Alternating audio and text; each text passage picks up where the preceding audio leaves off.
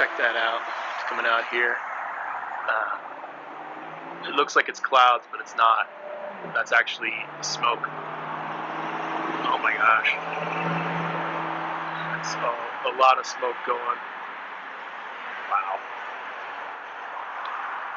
Yeah, of course, you know what that means. It means it's time to make a smoky cocktail. Okay, so we're going to do this real quick here.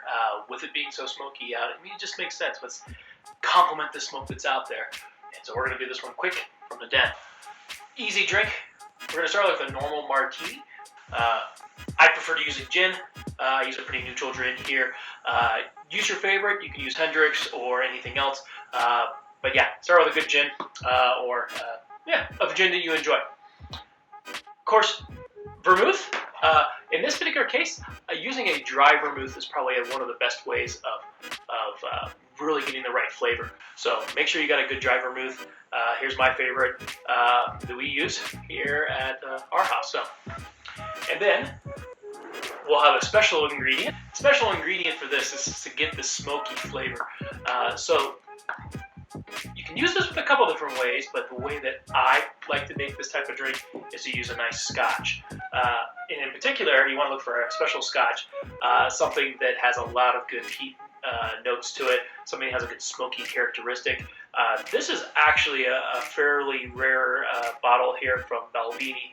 It's a 14-year-old, but it's from Peat Week. Really good characteristics, but you can use like a Lefroy or something along those lines, which has a really good, smoky characteristics. We're not going to be using a whole lot of this here, so it's okay to use something like, expensive like the Balvenie. But yeah, look for something really smoky. As I said, a 10-year-old Lefroy is just as good. So certainly look for that as well. We'll put this down and we're going to start making our drink. So like any other martini, I'm going to start with a glass. You want to make sure you have some good crushed ice in here. I already use this crushed ice on here. I watch people do this by hand all the time. I've never really found a big difference unless you're actually doing something specific. Have some kind of really high quality, like super clear ice.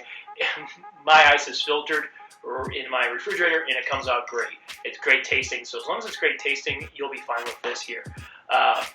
So a couple pieces of equipment we'll need for this one here. We will be stirring, shaken, not stirred. We don't do that with martinis. I prefer my martini to be stirred, not shaken. And then, of course, we want to be able to filter out the ice here when we put it into the glass. All right, so let's go ahead and get our drinks mixed up. I'm going to do this freehand, but you can do this with measurements. So 3 parts of gin, 1 part of vermouth, and then we're going to add just a splash there. I would say maybe a half a part at the most for the Balvenie. All right, so free pouring on this one here. You'll just have to know how much you need. That's about right for me. All right, adding our vermouth. Once again, about 1 part of that. There we go. And to get that nice smoky characteristics, here's where the key comes in. And we're going to add just a splash of the Balvenie as an accent there. All right.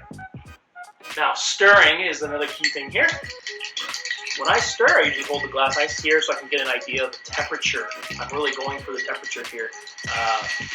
Trying to get a nice, consistent, cold. I want something that when I'm sipping it there, it's not going to just taste like a lot of warm gin.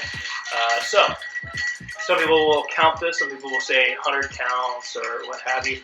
I usually go for the temperature. I usually go for a feeling of the glass there. I want some condensation to show up. You can see it on the glass. To be able to get a good mixture inside here. Okay, and that feels pretty good. Here's the other thing that's a really cool benefit of doing it this way here is afterwards, you can taste it. Find out, is it exactly what you want? And that tasted great. All right, we'll filter it out into our glass here.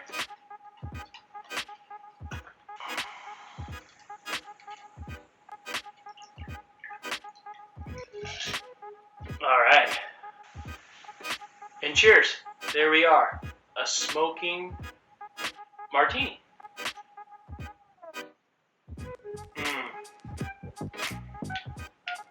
Oh, yeah.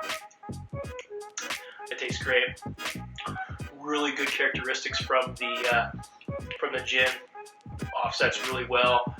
It's not too dry because of the added Scotch inside there, and boy, that smoky characteristic. Oh, it actually sounds weird. It complements what's going on outside right now with the wildfires here in Colorado. So, hearts go out to everyone who's affected by the wildfires.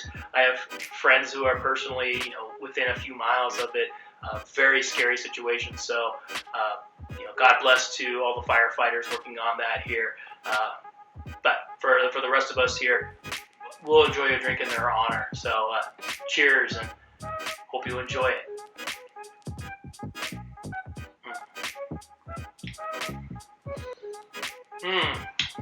So good. Just a nice way to relax.